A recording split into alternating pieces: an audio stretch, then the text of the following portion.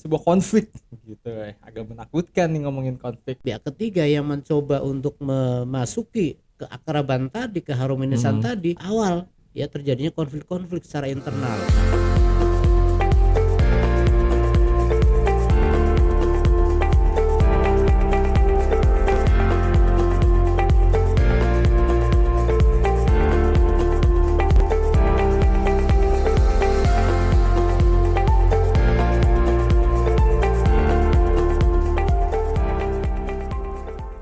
Halo Sobat Sneakerian, kembali lagi dalam podcast LI Channel dalam program Sneaker seputar dunia kerja The Best.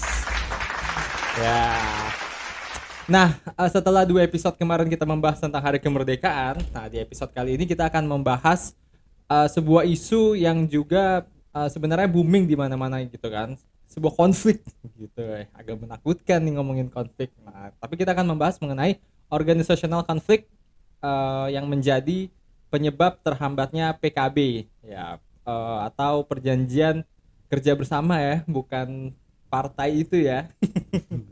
Nah, sebagaimana kita ketahui juga bahwa di dalam relasi hubungan kerja itu sometimes bisa menimbulkan konflik gitu, konflik kepentingan khususnya antara si pemberi kerja dan juga si pekerja itu sendiri. Nah, ada juga fenomena atau upaya-upaya yang terstruktur di dalam perusahaan itu sendiri ya, baik itu swasta maupun BUMN ataupun BUMD, di mana setiap dia mau melakukan perundingan PKB atau perundingan kerja bersama tadi itu selalu terganggu gitu dengan munculnya konflik antara serikat pekerja atau serikat buruh yang di dalamnya itu atau di dalamnya itu juga terdapat konflik antara pengusaha dengan serikat pekerja atau serikat buruh tersebut. Nah, sebagai salah satu contohnya itu yang sering muncul itu adalah masalah atau konflik yang bersifat administratif gitu.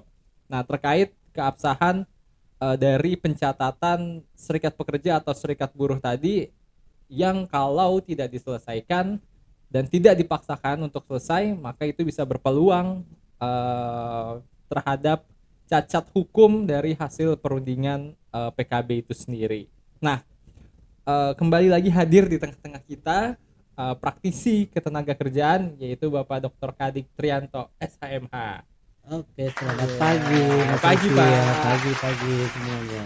Ya, nah tadi bridging yang udah saya hantarkan, kita akan membahas mengenai serikat pekerja atau serikat buruh, khususnya masalah administratif dari atau keabsahan dari si serikat pekerja atau serikat buruh itu sendiri. Namun Pak, sebelum kita berbincang nih lebih dalam mengenai yang teknis tentang administratif, mungkin teman-teman sneakerian ini lebih baik kita kembali lagi ke topik awal, bukan topik awal, maksudnya ke pengertian atau definisi awal dari serikat pekerja itu sendiri dan juga fungsi dari serikat pekerja itu sendiri itu lebih kemana dan juga apa sih sebenarnya serikat pekerja atau serikat buruh itu sendiri, Pak?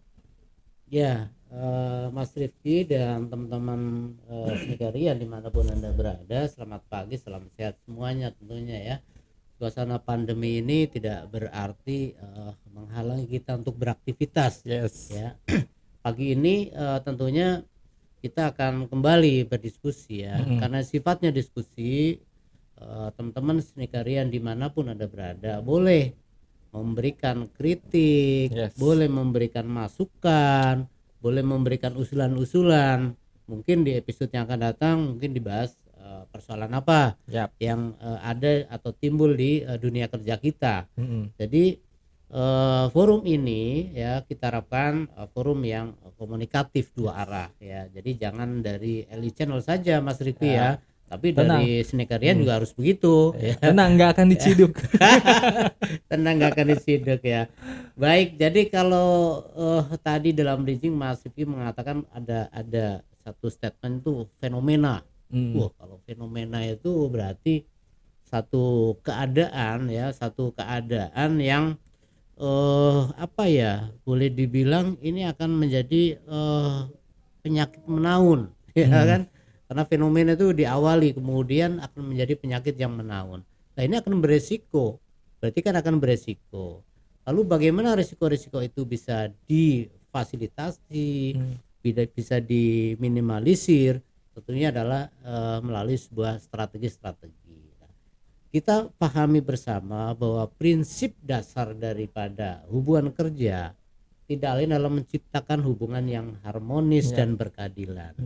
Harmonis dimaknai tentunya tidak ada perselisihan, tidak ada konflik gitu kan, harmonis berarti kan. Yap. Kayak Mas Rifki dengan pacarnya ya kan, walaupun sudah 10 tahun kan nikah kan tetap aja harmonis gitu ya, berarti nggak ada konflik tuh kan gitu ya. Kemudian berkeadilan lah, karena nilai berkeadilan tadi berarti dua belah pihak ini harus mempunyai kedudukan yang setara. Nah, kesetaraan itulah yang dimasukkan dalam konteks hubungan kerja antara pengusaha dengan serikat dengan pekerja.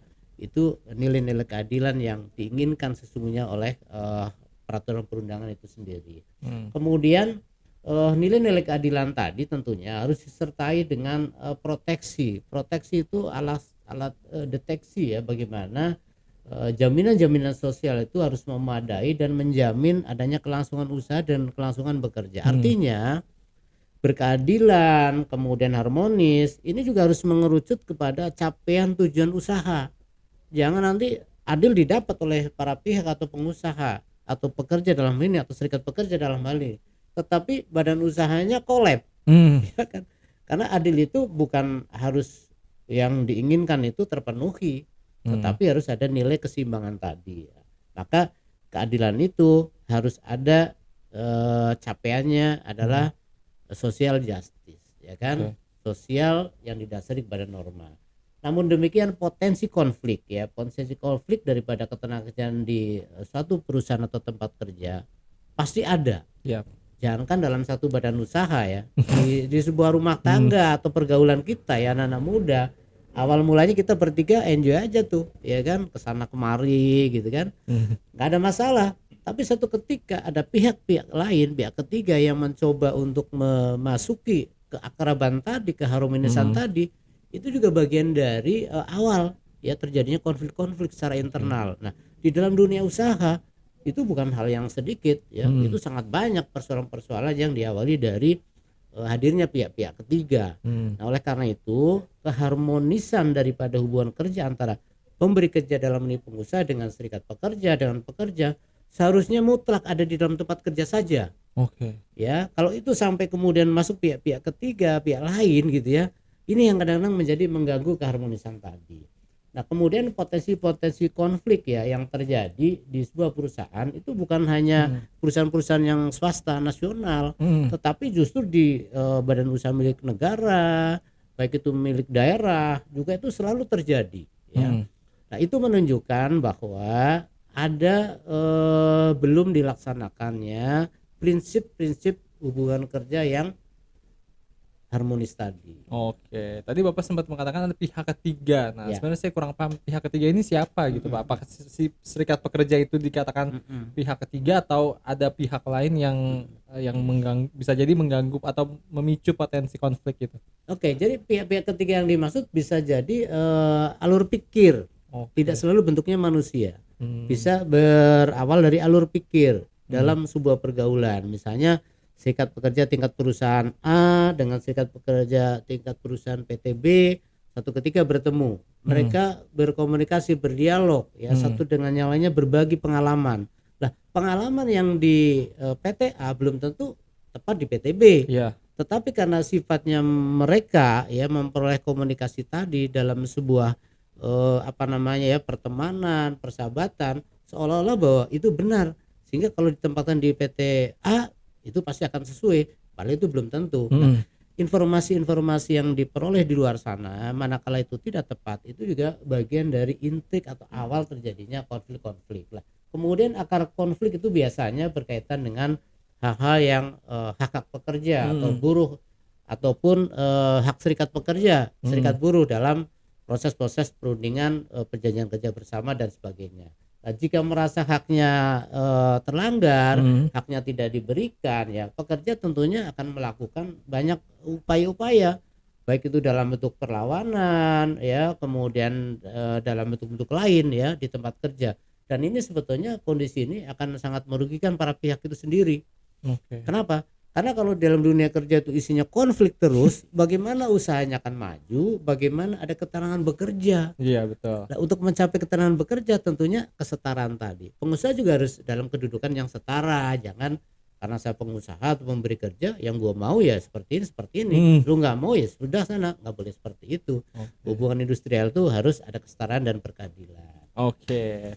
Nah, kemudian langkah-langkah antisipatif apa sih Pak Mm-mm. yang perlu dilakukan oleh perusahaan nih khususnya agar konflik-konflik tadi di bidang ketenaga kerjaan itu tidak terjadi di lingkungan mereka itu sendiri. Oke. Nah, maka para pihak ya dalam hal ini misalnya serikat pekerja, buruh itu sendiri atau Mm-mm. pekerja itu sendiri, pengusaha yang biasanya tuh terwakili ya. Mm-mm. Biasanya di perusahaan itu kan ada bagian legal, ada Mm-mm. bagian keherdian gitu ya. Seharusnya bagian legal itu juga memberikan masukan-masukan kepada manajemen itu normatifnya saja. Oke. Ya, jadi jangan cara penyelesaian yang di luar normatif. Karena Misalnya ini gimana tuh Pak? ya, misalnya seharusnya pengusaha itu kan tidak boleh membayar upah di bawah UMP misalnya Iya. ya. Nanti dengan menggunakan dalil tertentu, modus tertentu, seolah pengusaha ini tidak berkemampuan, ya maka salah satu bagian itu memberikan usulan kepada manajemen, ini bisa kok Pak kita langgar dengan cara seperti ini gitu kan. Hmm. Padahal tanpa disadari bahwa itu sudah menjerumuskan pengusaha. Nah, jadi saya ingin apa namanya ya pemahaman yang clear, Hmm. baik itu yang namanya ke-HRD-an, kemudian ada namanya bagian legal, itu berikanlah informasi cara-cara pemberian hak yang sesuai dengan ketentuan saja kepada manajemen. Hmm. Karena apa? Karena ujung dari pelanggaran-pelanggaran itu tanggung jawabnya, implikasi hukumnya adalah kepada pimpinan tertinggi, bukan kepada siapa yang memberikan masukan. Hmm. Nah, ini kunci ya, kunci agar konflik-konflik itu tidak muncul. Hmm. Nah, kemudian apa sih itu sebenarnya hubungan industrial? Kita kan Hmm. sering dengar nih Mas Rifki ya, wah hubungan industrial yang harmonis, Iya. berkeadilan gitu ya. Nah, tapi kita tidak memahami betul apa sebetulnya hubungan industrial ya. Hubungan industrial adalah satu sistem ya, satu sistem ya yang terbentuk antara pelaku usaha, proses kegiatan atau jasa yang terdiri dari pengusaha, pekerja atau buruh, pemerintah ya yang didasarkan pada, nah ini dasarnya yang didasarkan pada nilai-nilai Pancasila dan Undang-Undang Dasar 1945. Kita nggak lelah mengatakan Iya. negara hadir ya, Iya, betul. karena ada itu, ada Pancasila, ada Undang Dasar 45 begitu ya. Nah, kemudian untuk mewujudkan hubungan industrial tadi Mas Rifki ya, bagaimana agar hubungan tadi harmonis dan berkeadilan, tentunya harus dikembangkan berbagai upaya-upaya, berbagai pengakuan, penghargaan terhadap hak-hak individu, hak asasi manusia. Nah, Hmm. di episode yang lalu kita sudah menyinggung soal hak asasi manusia ya. Nah, bahwa di dalam perwujudan atau mewujudkan hak asasi manusia ini tentunya kita harus mengetahui bahwa apakah di dalam satu tempat kerja itu sudah menerapkan namanya demokrasi di tempat kerja. Demokrasi yang seperti apa? Iya. Sesuai dengan temanya hari ini, demokrasi yang dimaksud adalah bagaimana pengusaha atau pemberi kerja memberikan kebebasan ya kan kepada serikat pekerja atau serikat buruh untuk melakukan perundingan ya dengan badan usaha untuk apa? Untuk mengatur hak dan kewajiban syarat-syarat kerja yang belum diatur di dalam peraturan perundangan. Oke. Sehingga kan gitu ya, sehingga terjadilah harmonisasi di tempat kerja. Oke, nah Pak, tapi kalau saya punya kasus misalkan di tempat kerja saya yang dulu nih itu nggak ada serikat pekerjanya sehingga jadi hanya ada pemberi kerja dan ya kami selaku pekerja gitu. Nah, ini gimana untuk menghindari konflik yang tadi kan ada ibaratnya tiga pihak ya gitu ya untuk mengharmoniskan. Nah, kalau yang posisinya seperti ini gimana? Nah, kalau di dalam satu badan usaha atau perusahaan atau tempat kerja ya, di sana belum terbentuk serikat pekerja, maka pengusaha itu kan wajib membuat namanya peraturan perusahaan. Nah, peraturan perusahaan itu tidak penting lagi ya dibuat ya kan hanya mengutip isi atau naskah daripada undang-undang, daripada peraturan-peraturan pelaksanaan gitu, tidak penting. Yang paling penting adalah naskah-naskah dari peraturan perusahaan itu adalah hal-hal yang terkait dengan hak dan kewajiban, syarat-syarat kerja yang belum diatur dalam peraturan perundangan. Jadi kita suka melihat dalam satu tempat kerja ya perusahaan itu PP tebelnya bukan main ya, melebihi kitab undang-undang ya. Iya. Nah, itu menunjukkan bahwa buat apa orang sudah diatur dalam undang-undang nggak perlu lagi diatur dalam peraturan perusahaan. Iya. Nah, bagaimana untuk mengurangi atau menghindari konflik tadi? Maka di dalam penyusunan peraturan perusahaan itu juga harus melibatkan, harus mendengar, harus menerima masukan-masukan daripada pekerja. Mm. Nah, kalau pekerjanya banyak tentunya nggak mungkin dong semuanya memberikan masukan ya. Maka solusi solutifnya ada perwakilan atau pekerja yang dituakan dalam kelompok-kelompoknya. Mm. Didengar apa masukan Anda, bagaimana harapan Anda, apa yang diinginkan Anda gitu kan. Nah, begitu nanti peraturan perusahaan ini sudah terbentuk ya kan, barulah pengusaha itu meminta pengesahan ke Dinas Tenaga Kerja setempat sebagai bukti ya, alat kontrol bagi negara, bagi pemerintah bahwa di perusahaan tadi telah memiliki tata tertib yang mampu mengayomi kepentingan para pihak. Oke, nah tadi kan diminta pendapat dari pekerja untuk membentuk PP atau peraturan perusahaan itu. Nah, apakah bentuknya wadahnya perkumpulan itu harus berbentuk serikat atau tidak perlu dibentuk serikat itu, tapi mereka bisa menyalurkan atau memberikan aspirasi untuk peraturan perusahaan itu, Pak? Iya, jadi kalau peraturan perusahaan berarti belum ada serikat pekerja atau serikat buruh ya. Kalau udah serikat pekerja, serikat buruh tidak ada lagi PP. Oh, tidak PP. Adanya PKB kan gitu ya. Nah, PP ini untuk perusahaan atau badan usaha yang belum terbentuk serikat pekerja atau serikat buruh. Nah, serikat pekerja atau serikat buruh itu sendiri ya terbentuk di perusahaan itu bukan kehendak pengusaha, tapi kehendak murni dari pekerja. Ya, pekerja yang menghendaki. Tetapi kalau pengusaha berupaya untuk menghalangi terbentuknya serikat pekerja di perusahaan, maka pengusaha bisa dikenakan sanksi pidana dalam hal ini gitu ya. Nah, oleh karena itu teman-teman seni karyan, kaum pekerja, sahabat-sahabat saya kaum pekerja, kaum buruh di perusahaan, manakala di tempat kerja Anda perusahaan belum memiliki peraturan perusahaan dengan pengesahan Dinas Tenaga Kerja setempat, maka sampaikanlah masukan-masukan, saran-saran, pemikiran kepada manajemen agar segera membuat peraturan perusahaan kemudian disahkan ke Dinas Tenaga Kerja setempat. Lah, dalam perjalanan 2 tahun peraturan perusahaan itu diberlakukan, kemudian kok rekan-rekan skenarian, rekan-rekan pekerja itu menginginkan ya kan, menginginkan lebih kuat lagi bargainingnya dalam berdialog dengan pengusaha, ya sudah dibentuklah namanya serikat pekerja atau serikat buruh. Apapun namanya itu silakan saja, itu hak daripada pekerja atau buruh. Begitu Mas Rifki ya. Oke. Nah, kemudian bicara tadi ngomongin PP dan juga PKB gitu ya, Pak. Nah, khususnya dibicara mengenai PKB itu sendiri, tentunya kan ada dua pihak, yaitu pengusaha dan juga tadi serikat pekerja atau serikat buruh. Gitu. Nah, jika demikian, apa sebenarnya yang dimaksud dengan serikat pekerja atau serikat buruh tadi itu yang sempat di awal saya tanyakan? Ya, oke. Kalau tadi kan pertanyaan Mas Rifki ya, kalau di perusahaan itu mempunyai atau belum mempunyai peraturan perusahaan. Nah, dalam kedudukan apa pekerja itu kan? Apakah itu keterwakilan secara individu, pribadi selaku pekerja ya kan, atau dalam kelompok yang mana? Nah, kita harus mengetahui juga bahwa kesadaran awal dari terbentuknya sebuah serikat pekerja ya itu tidak lain ya kan, adanya kesadaran individu. Misalnya gini, Mas Rifki dengan teman-temannya lah pekerja di kantornya ya, ada misalnya 10 orang misalnya gitu ya. Ini kan kehendak individu masing-masing. Begitu kumpul kita bikin serikat pekerja yuk gitu. Untuk apa? Agar informasi, kemudian keinginan kita pekerja, hak yang belum mungkin diberikan atau kesejahteraan apa yang diinginkan itu bisa dikomunikasikan secara baik dan tepat keterwakilannya. Nah, dari yang 10 orang tadi kemudian kan bertemu, ngumpul mungkin sambil ngopi Mas Rifki gitu kan, ayo kita bikin serikat pekerja saja ya gitu kan, belum memikirkan ini serikat pekerjanya apa namanya atau serikat buruh apa namanya, belum terpikir itu. Semua lahir dari individu-individu gitu ya, yang kemudian dikelola menjadi kesadaran kolektif. Nah, kolektif kolegial ya. Nah, karena merupakan kesadaran kolektif, berarti seluruh anggota serikat pekerja yang dibentuk tadi harusnya satu pemikiran. Ya, tidak boleh kemudian di tengah jalan ya dari 10 orang saja ya yang 2 atau 3 tuh mengatakan bahwa harusnya nggak begini, harusnya begitu.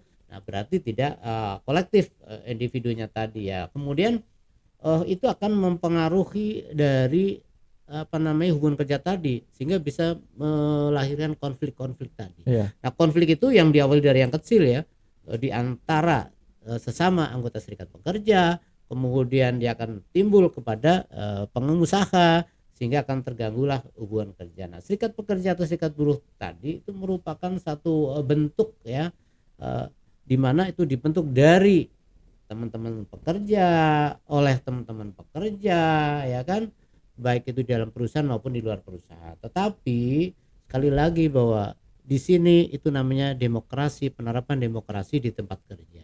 Boleh mendirikan itu tanpa ada halangan apapun sepanjang memenuhi syarat. Oke. Ya. Syaratnya apa tuh, Pak? Ya, syaratnya tentunya minimal kan ada jumlah tertentu gitu ya, dari kan sekarang bebas berserikat. Iya. Kita berdua juga bisa membentuk nih. Coba bikin apa ya? Ini kan podcast. Iya. Nah, terus satu lagi ya Mas Rifki ya, bahwa perjuangan dari yang tadi ya, kolektif kolegial tadi kan tidak lain untuk memperjuangkan, membela, melindungi ya kan hak teman-temannya, dirinya yang menjadi pengurus dalam hal ini, juga kepentingan-kepentingan buruh yang lain yang sudah tadi berhimpun dalam sebuah wadah namanya serikat pekerja atau serikat buruh di tingkat perusahaan. Oke. Nah, misalkan tadi kan ada inisiatif nih dari individu-individu pekerja untuk membentuk. Nah, kalau seandainya pekerja-pekerjanya nih akhirnya ya masa bodoh Pasif, aja gitu. Iya, dan tidak nggak mau membentuk, ngapain sih kayak gitu, ribet dan segala macam. Kemudian kalau munculnya inisiatifnya dari perusahaan gitu, itu bagaimana, Pak? Saya kira perusahaan tidak dalam konteks berkepentingan, ya kan. Pengusaha mungkin akan lebih suka mendingan nggak ada serikat pekerja. Kenapa? Nggak ada yang gangguin gue.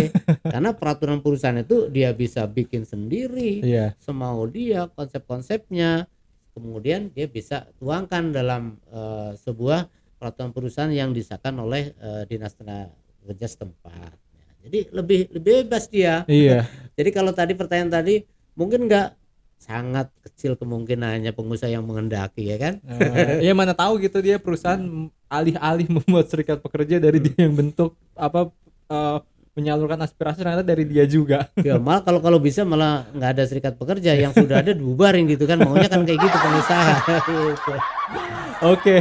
Nah, Sobat Sneakerian, seru banget nih kita ngomongin serikat pekerja. Nah, tentu masih banyak banget nih obrolan yang bisa digali dari tentang serikat pekerja ini atau untuk mengatasi organizational konflik yang tadi dijelaskan sendiri. Nah, namun sayang banget nih kita harus berpisah di episode ke-8 ini. Namun jangan sedih, nanti kita bisa sambung lagi di episode ke-9. Karena itu harus subscribe, komen, dan juga likes. Nah, kalau teman-teman punya masukan tadi untuk kira-kira bahas topik ini dong, bahas topik ini dan segala macam, bisa banget langsung komen di YouTube kita ataupun datang ke sosial media kita, di Instagram kita, di termasuk channel. Mas Rifki, termasuk apa saja yang menjadi persoalan-persoalan perburukan, silakan saja ya kita diskusikan di sini, karena forum ini mencarikan solusi yang solutif. Iya, betul.